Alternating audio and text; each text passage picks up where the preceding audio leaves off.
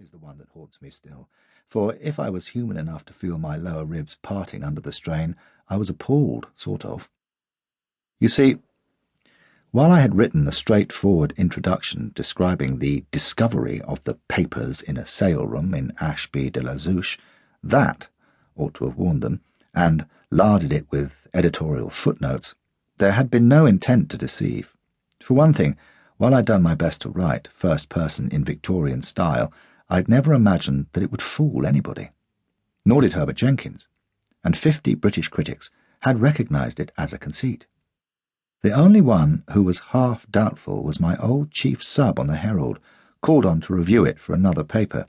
He demanded of the Herald's literary editor, "This book o' Geordie's isn't true, is it?" And on being assured that it wasn't, exclaimed, "The conniving bastard," which I still regard as a high compliment. With the exception of one left-wing journal which hailed it as a scathing attack on British imperialism, the press and public took Flashman, quite rightly, at face value as an adventure story dressed up as the memoirs of an unrepentant old cad who, despite his cowardice, depravity and deceit, had managed to emerge from fearful ordeals and perils an acclaimed hero, his only redeeming qualities being his humour and shameless honesty as a memorialist. I was gratified, if slightly puzzled, to learn that the great American publisher, Alfred Knopf, had said of the book, "I haven't heard this voice in 50 years," and that the Commissioner of Metropolitan Police was recommending it to his subordinates. My interest increased as I wrote more Flashman books and noted the reactions. I was, several critics agreed, a satirist.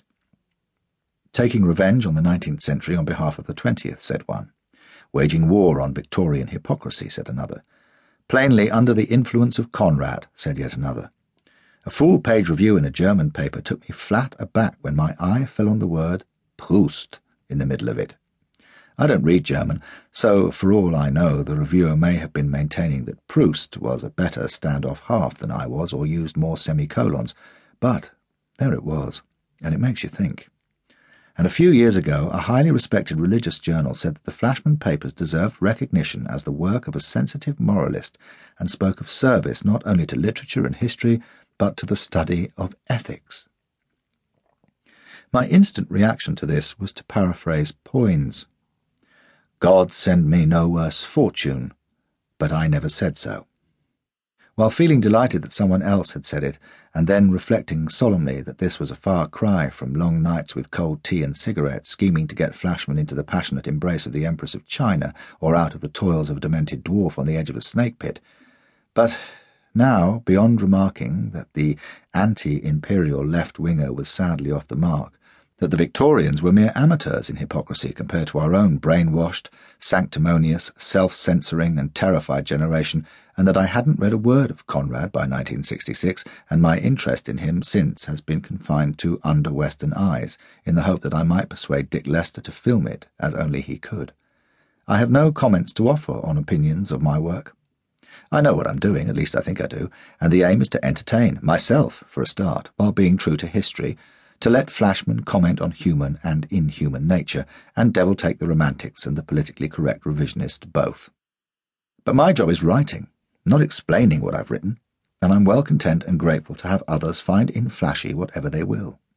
I've even had letters psychoanalyzing the brute, and return to the question with which I began this article.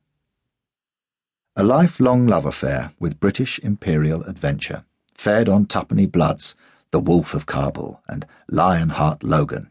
Where are they now? The barrack room ballads, films like Lives of a Bengal Lancer and The Four Feathers, and the stout-hearted stories for boys which my father won as school prizes in the 1890s.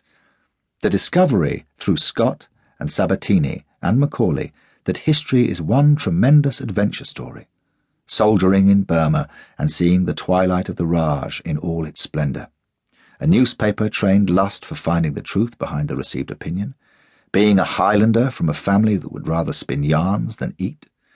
I suppose Flashman was born out of all these things, and from reading Tom Brown's Schooldays as a child, and having a wayward cast of mind. Thanks to that contrary streak, I always half hoped that Rathbone would kill Flynn, confounding convention and turning the story out.